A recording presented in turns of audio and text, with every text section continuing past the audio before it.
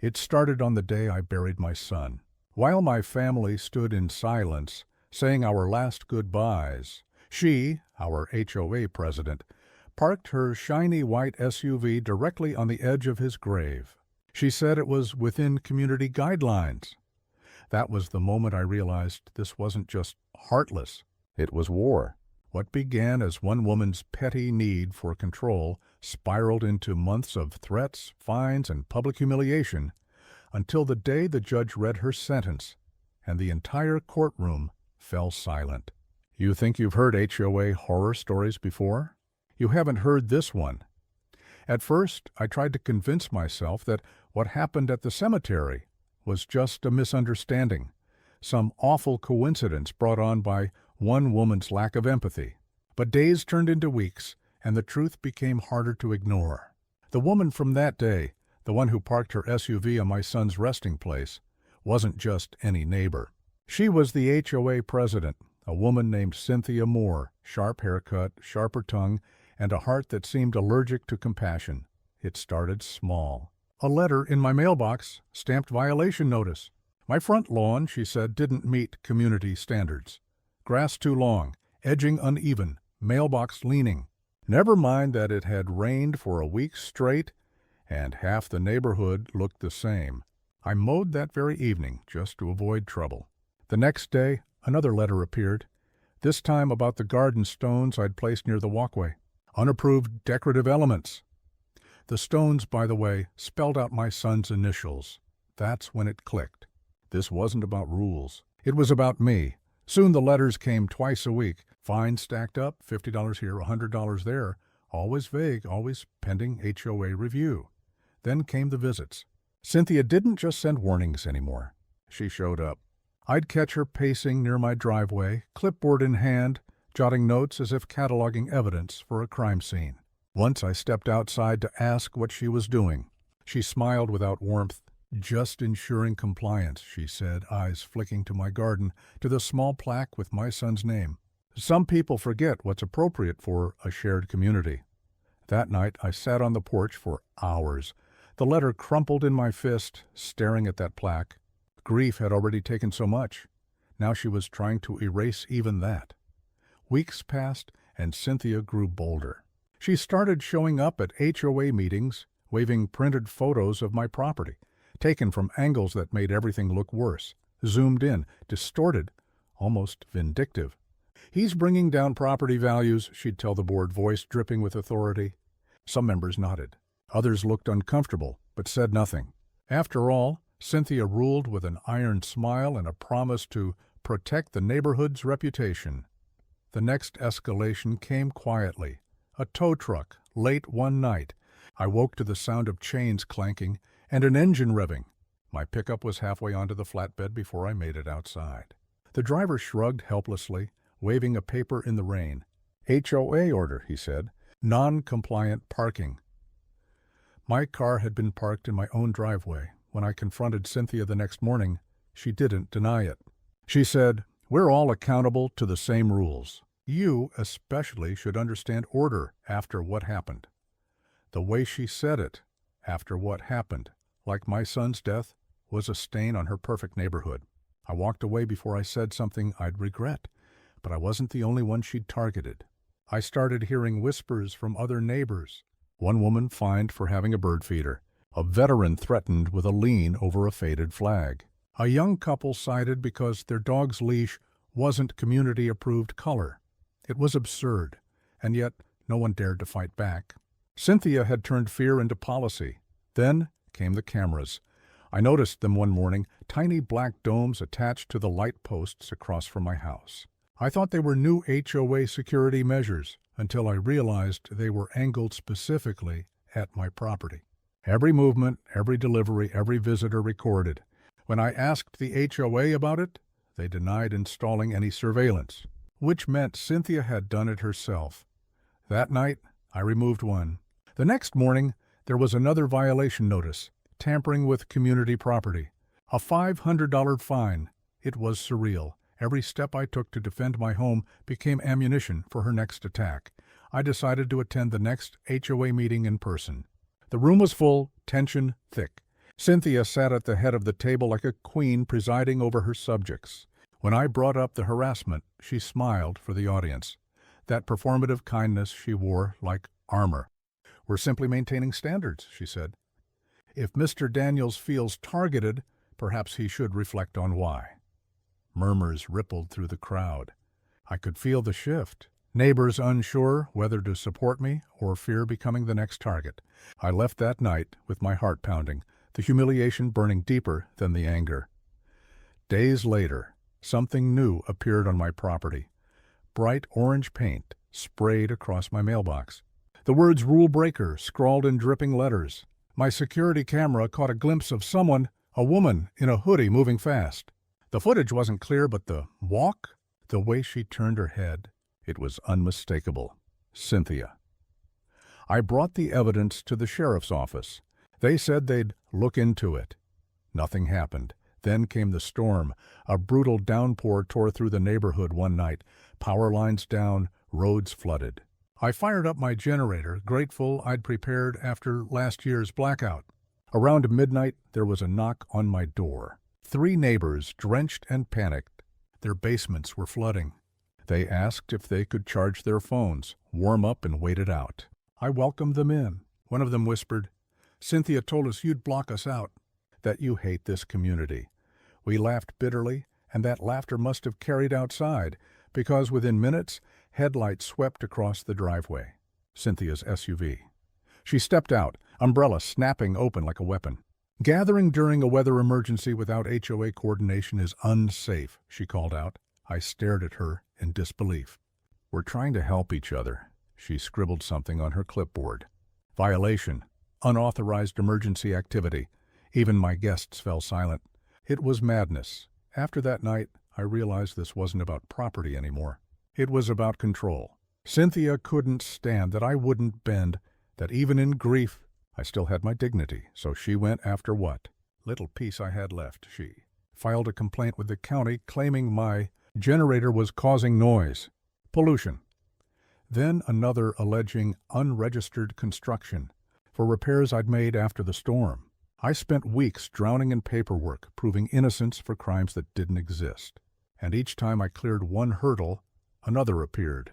The final straw came when I found a notice taped to my front door. Pending HOA foreclosure proceedings, she was trying to take my house. I read the document 3 times before the words sank in. Fines stacked so high they'd turned into a lien, late fees, administrative charges, and community disruption penalties, all totaling thousands. None of it legitimate, but all legally filed. That night, I sat in the dark, surrounded by piles of paper and photographs, every moment of harassment laid bare. For months, I'd played defense, reacting, explaining, enduring. But now, something in me snapped. If Cynthia wanted a war, she was going to get one. I gathered every letter, every photo, every violation slip, and started documenting. Dates, times, witnesses. I interviewed neighbors who'd been targeted. I printed out state statutes, HOA bylaws, property exemptions. It became my mission. My grief turned to fuel. My silence turned to strategy, because the next meeting wouldn't be about defending myself. It would be about exposing her, and as I stacked the files one by one, I realized something chilling. Cynthia wasn't just cruel. She was corrupt. Money missing from the HOA's maintenance fund. Vendor invoices with her signature, payments rerouted to a private account. It wasn't just me she was hurting. She'd been bleeding the whole community dry. I smiled for the first time in months. The next board meeting was days away. And this time, the one under scrutiny wouldn't be me, but what I didn't know was that Cynthia had already learned I was preparing something. And before the meeting came, she made her boldest move yet. One that would turn the neighborhood upside down and leave even the police questioning what was real and what wasn't. Because in her world, power wasn't something you earned. It was something you took, and she wasn't about to lose hers without a fight. The day of the HOA board meeting arrived like the calm before a storm. The neighborhood hall, usually a place for potlucks and bake sales, was packed shoulder to shoulder. People whispered in low, anxious tones, their eyes darting toward the front table, where Cynthia Moore sat in her usual throne-like chair, lips pursed, expression smug. She'd dressed the part of authority, charcoal blazer, gold necklace, that same air of self-righteous superiority that had become her armor. But this time, something was different. The neighbors who once avoided my gaze were now whispering to each other. They'd seen the fines, the harassment, the intimidation. They'd seen the cameras, the graffiti, the lies. And somewhere between fear and fatigue, they'd begun to wake up. Cynthia didn't notice. She was too busy rehearsing control. When the meeting started, she launched straight into her script. First order of business, continued violations by Mr. Daniels, whose repeated disregard for community standards has... I stood up. My chair scraped across the floor, slicing through her words. Actually, I said, my voice steady but shaking beneath the surface, I have something to address before we begin. She paused, eyes narrowing. Mr. Daniels, you're not on the agenda. I smiled faintly. You will want to make room. From my bag I pulled out a thick binder, tabs, dividers, photographs, dates, months of evidence meticulously compiled. The murmur in the room grew louder. Cynthia tried to regain her footing. If this is another baseless accusation, it's not an accusation, I said, flipping open the first page. It's proof. The projector flickered to life behind me, displaying the first slide. A screenshot of a financial report, a column of numbers, and one recurring payee, CM Property Services. Cynthia froze.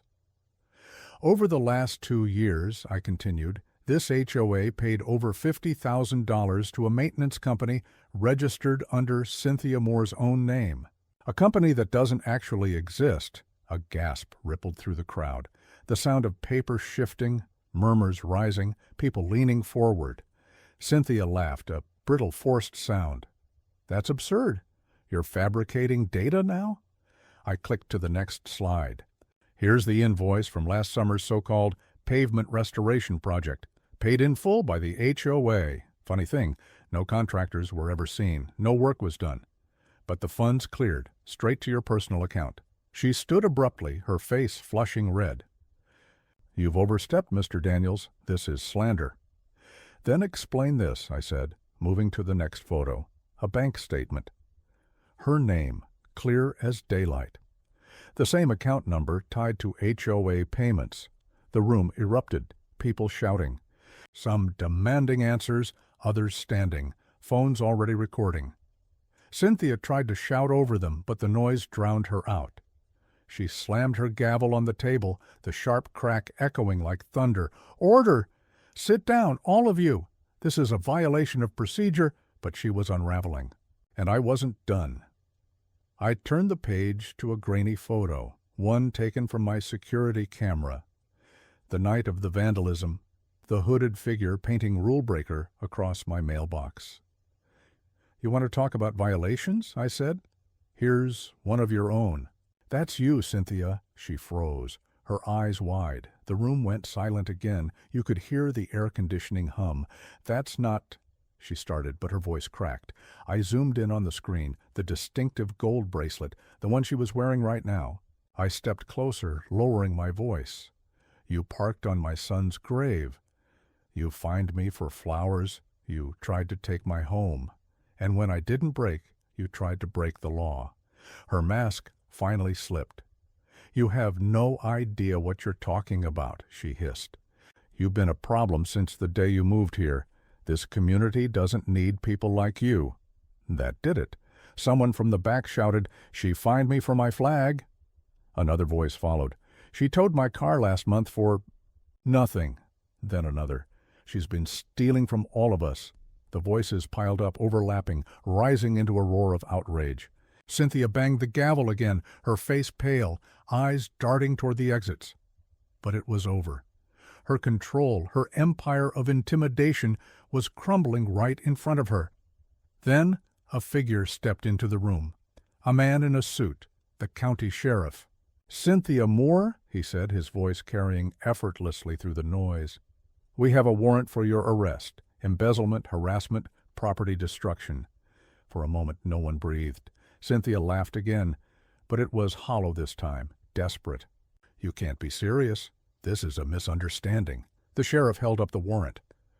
"We've verified the accounts. You've been under investigation for weeks." That was the moment I realized. Someone had listened. The documents I'd sent to the county, the recorded evidence, the timestamps, it had all worked. The crowd parted as the sheriff stepped forward, reading her rights as she sputtered, protested, pleaded. Cameras flashed, phones recorded. Neighbors who once feared her now filmed her downfall. When they cuffed her, she turned toward me, eyes burning with hatred. "You think this changes anything? You're still nothing here." I met her gaze calmly. "Then I'll be nothing in peace."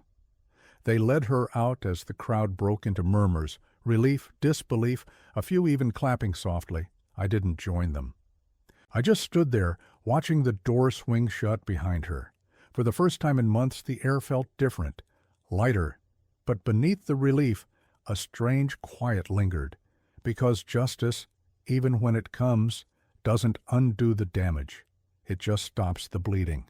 The board scrambled to adjourn the meeting, voices tripping over apologies and excuses. Neighbors approached me, some thanking me, others ashamed they hadn't spoken sooner. One man shook his head, whispering, "We thought she was protecting us." Turns out she was robbing us. As I gathered my papers, I saw the binder sitting there, heavy with proof and pain. For a moment I considered leaving it behind, like shedding an old skin. But I tucked it under my arm. Proof mattered. Truth mattered. Outside, the night was cool. The flashing red and blue lights still danced across the street as the patrol car disappeared into the dark. I stood under the glow of a street lamp, the same one where Cynthia's camera once watched me. I could almost feel the silence breathe again. Then my phone buzzed. A message from an unknown number. Just one sentence. "You don't know the whole story." My pulse quickened. For a second I thought maybe it was a prank, but something in the tone, the cold precision of it, felt familiar. Cynthia might have been gone, but the system she built wasn't.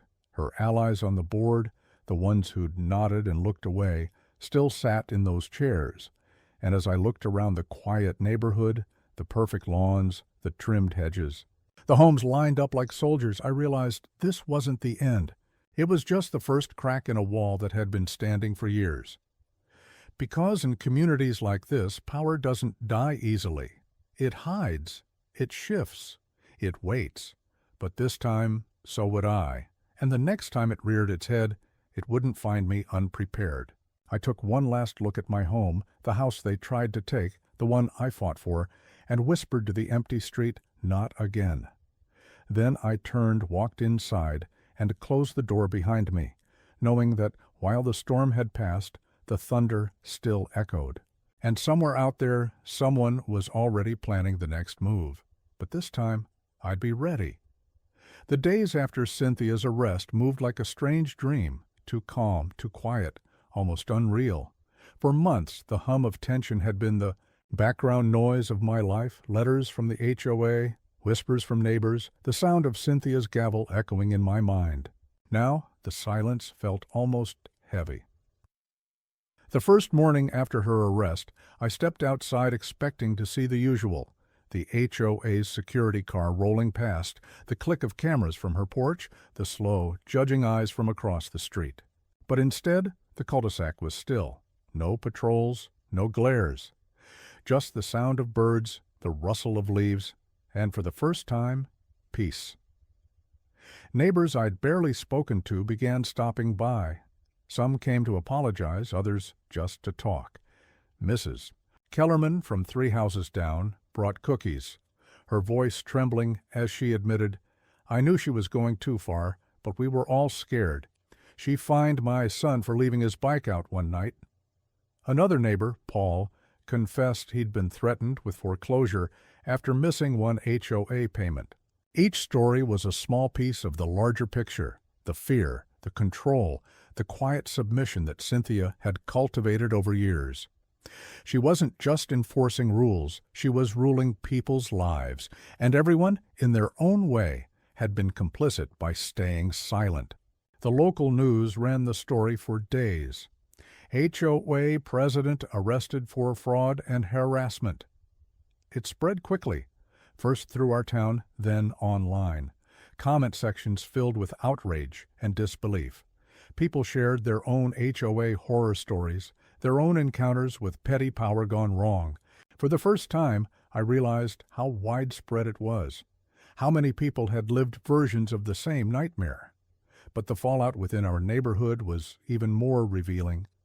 An emergency meeting was called to elect an interim board. I didn't want to go. Part of me wanted to stay far away from anything with those 3 letters, but I knew I needed to. If people like Cynthia had thrived because of silence, then silence wasn't an option anymore. When I arrived, the room was packed again, but the energy was different. Nervous, yes, but not fearful. Determined. The interim chair, a quiet man, named Howard, who'd lived there for 20 years, began by saying what everyone was thinking.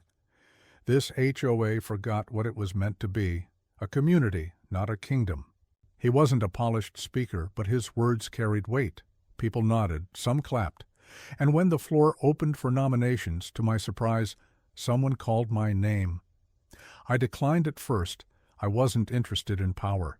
I'd seen what it did. But when another neighbor spoke up, "You fought for all of us when we were too scared to. That's the kind of leadership we need." I hesitated. Maybe leadership wasn't about control. Maybe it was about accountability.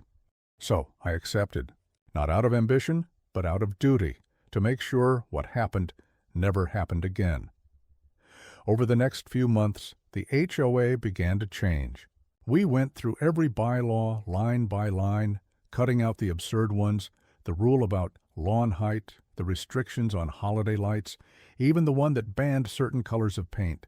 We added transparency requirements for spending, mandatory community votes for large expenses, and limits on fines.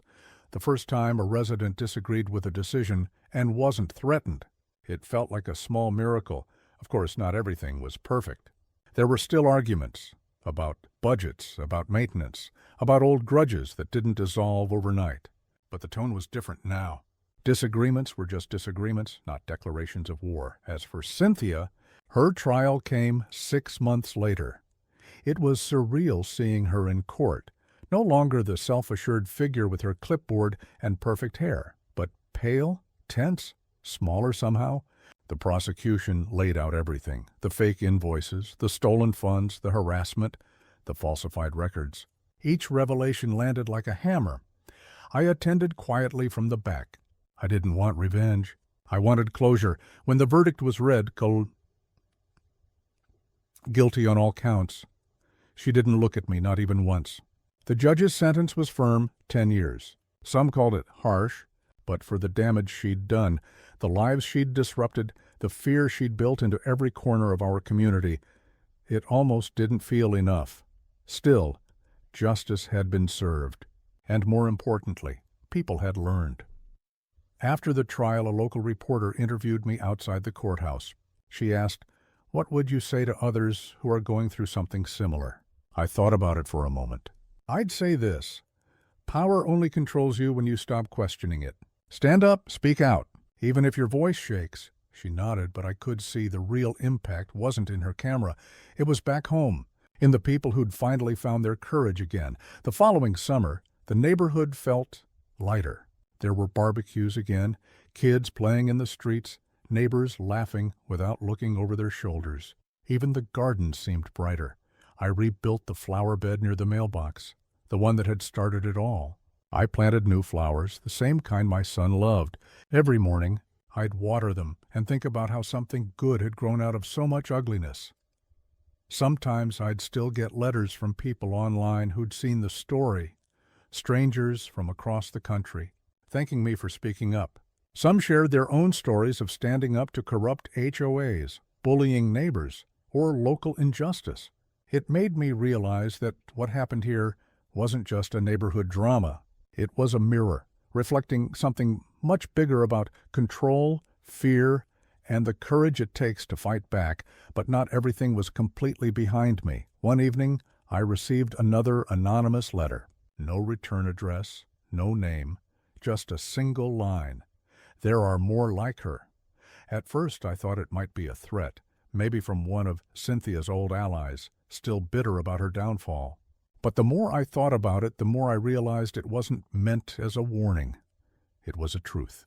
Power, corruption, manipulation, they don't vanish with one arrest.